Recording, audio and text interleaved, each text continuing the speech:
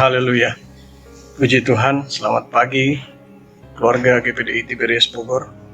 Sebelum kita mulaikan kegiatan pada pagi hari ini, mari kita merenungkan sebagian firman Tuhan yang akan menjadi kekuatan, menjadi bekal dalam kehidupan kita sepanjang hari ini. Kita berdoa.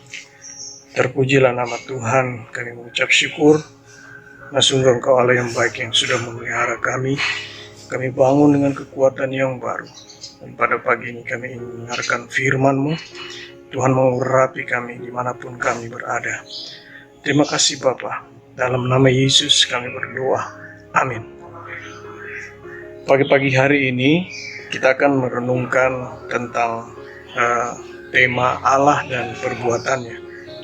Ketika Yesus masuk di Yerusalem, dieluk-elukan di Yerusalem, maka orang-orang Farisi kemudian mencoba mengingatkan, menegur para orang-orang yang ada. Tapi Yesus mengatakan bahwa ya kurang lebih bahasa sederhananya, biarlah mereka memuji memuliakan Tuhan.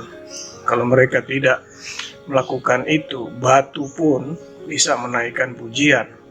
Jadi Allah bisa memakai siapa saja untuk menunjukkan kuasanya, untuk memperlihatkan kebesarannya, kemahakuasaan Allah. Kita buka di dalam 1 Samuel 17. Dalam pasal ini sebetulnya kita sering mendengar bagaimana kisah Daud dan Goliat sejak kita masih anak-anak, sejak kita masih sekolah minggu mungkin. Tapi kita akan baca pasal ini dan mungkin kita loncat-loncat ya beberapa ayat ini untuk menghemat waktu. 1 Samuel 17, saya mulai dari ayat 1 sampai 4. Orang Filistin mengumpulkan tentaranya untuk berperang. Mereka berkumpul di Soko yang di tanah Yehuda dan berkemah antara Soko dan Aseka di Efes Damim. Saul dan orang-orang Israel juga berkumpul dan berkemah di lembah Tarbantin. Mereka mengatur barisan perangnya berhadapan dengan orang Filistin. Orang Filistin berdiri di bukit sebelah sini dan orang Israel berdiri di bukit sebelah sana. Dan lembah ada di antara mereka. Lalu tampillah keluar seorang pendekar dari tentara orang Filistin, namanya Goliat dari Gat. Tingginya 6 hasta sejengkal. Kita pindah ayat 10 dan 11. Pula kata orang Filistin itu, aku menantang hari ini barisan Israel. Berikanlah kepadaku seorang, supaya kami berperang seorang lawan seorang. Ketika Saul dan segenap orang Israel mendengar perkataan orang Filistin itu, maka cemaslah hati mereka dan sangat ketakutan.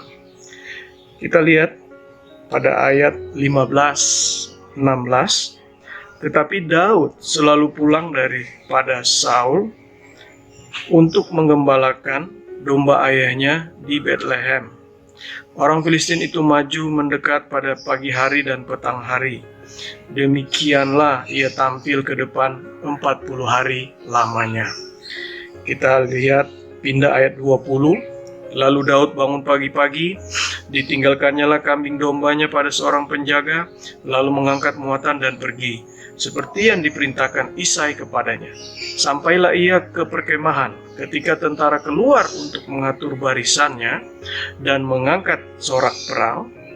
Ayat 26. Lalu berkatalah Daud kepada orang-orang yang berdiri di dekatnya, apa yang akan dilakukan kepada orang yang mengalahkan orang Filistin itu dan yang menghindarkan cemooh dari Israel? Siapakah orang Filistin yang tak bersunat ini sampai ia berani mencemoohkan barisan daripada Allah yang hidup? 31-33. Terdengarlah kepada orang perkataan yang diucapkan oleh Daud. Lalu diberitahukanlah kepada Saul, dan Saul menyuruh memanggil dia. Berkatalah Daud kepada Saul, janganlah seorang menjadi tawar hati karena dia. Hambamu ini akan pergi melawan orang Filistin itu. Tetapi Saul berkata kepada Daud, tidak mungkin engkau dapat menghadapi orang Filistin itu dan melawan dia, sebab engkau masih muda, sedang dia sejak dari masa mudanya telah menjadi prajurit. Kita lihat ayat yang terakhir, ayat 45. Tetapi Daud berkata kepada orang Filistin itu, "Engkau mendatangi aku dengan pedang dan tombak dan lembing, tetapi aku mendatangi engkau dengan nama Tuhan semesta alam, Allah segala barisan Israel yang kau tantang itu." Kisah ini sudah kita ingat, sudah kita ikuti. Tadi saya sampaikan mungkin sejak kita masih sekolah minggu. Dan pada kisah ini kita membaca ya beberapa ayat, paling tidak menggambarkan suasana yang ada di tengah-tengah bangsa Israel. Mereka dalam kondisi psikologis yang down. Mereka cemas, mereka ketakutan. Tetapi anehnya ada seorang, dapat dikatakan seorang anak yang mungkin remaja ya, tidak berpengalaman kelihatannya, dengan muka kemerah-merahan ya, mungkin dianggap ya ini anak baru seumur begitu, tetapi kok kata-katanya ini mendatangkan semacam ketidaktakutan kepada ancaman Goliat yang selalu berulang-ulang selama 40 hari itu. Dan kemudian Daud mengatakan, "Jangan tawar hati." Kita melihat di sini kunci yang dilakukan oleh Daud, bahwa dia mendatangi medan peperangan itu dengan nama Tuhan semesta alam. Tadi di awal kita melihat bahwa Allah bisa memakai siapa saja. Bahkan batu pun bisa memuji Tuhan. Dan pada saat ini Daud tidak ingin konsentrasi pikiran dia dicemaskan dengan kondisi yang ada di lingkungannya. Kita menghadapi masa yang sukar, pandemi.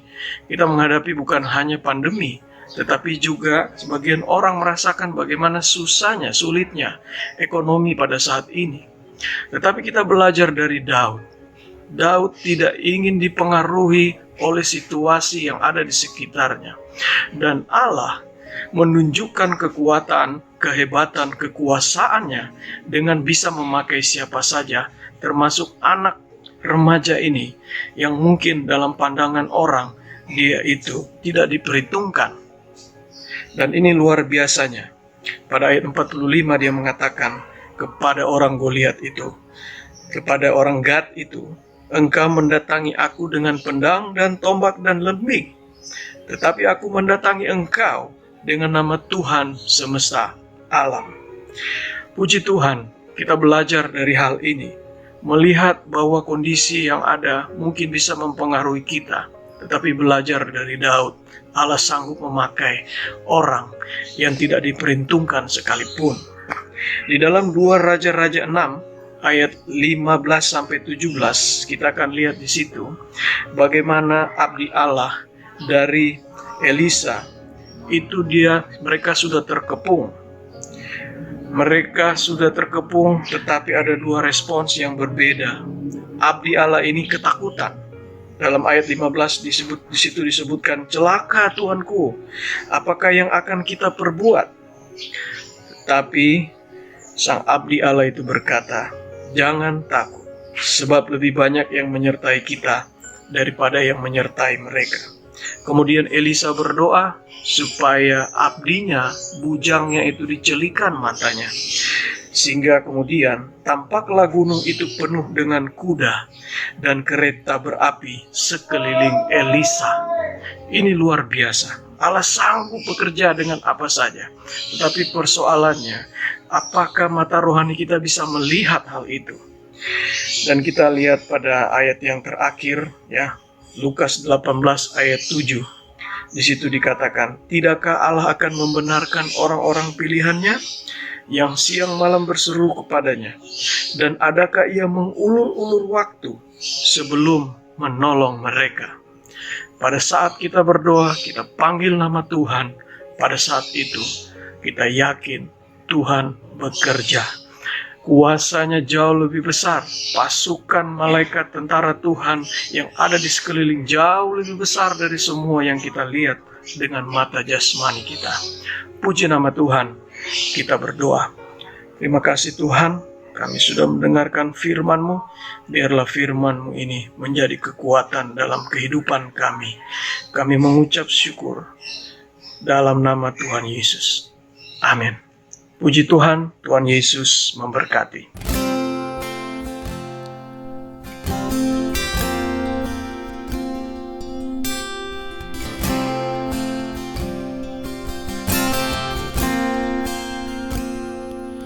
Ku hidup karena percaya Kau yang berjanji setia.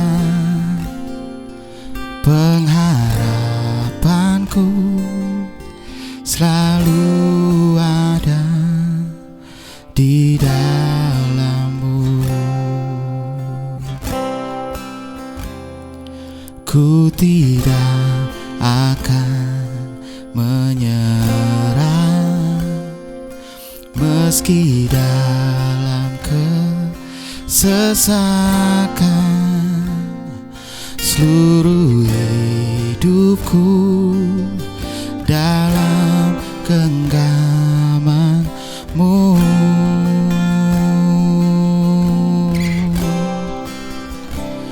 Aku punya Tuhan yang besar, yang telah berjanji dan sanggup menggenapi. Imanku bersepakat percaya kuasa-Nya. Ku terima sekarang kemenangan dari-Mu.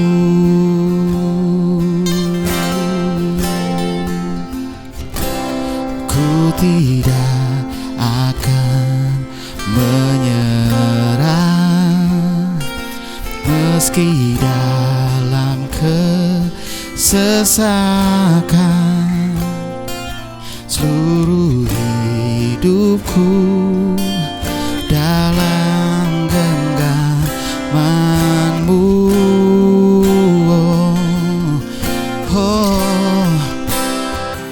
Aku punya Tuhan yang besar, yang telah berjanji dan sanggup menggenapi.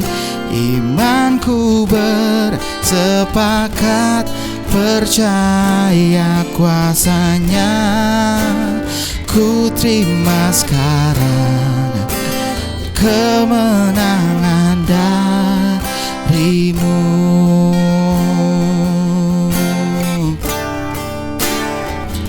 Aku punya Tuhan yang besar, yang telah berjanji dan sanggup menggenapi. Imanku bersepakat percaya kuasa-Nya. Ku terima sekarang, ku terima sekarang, ku terima sekarang kemenangan dari-Mu. Oh,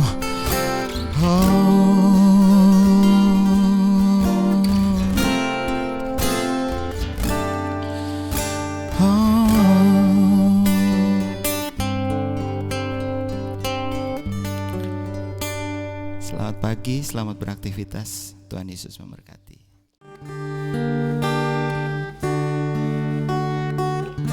Di hadapan tahta ku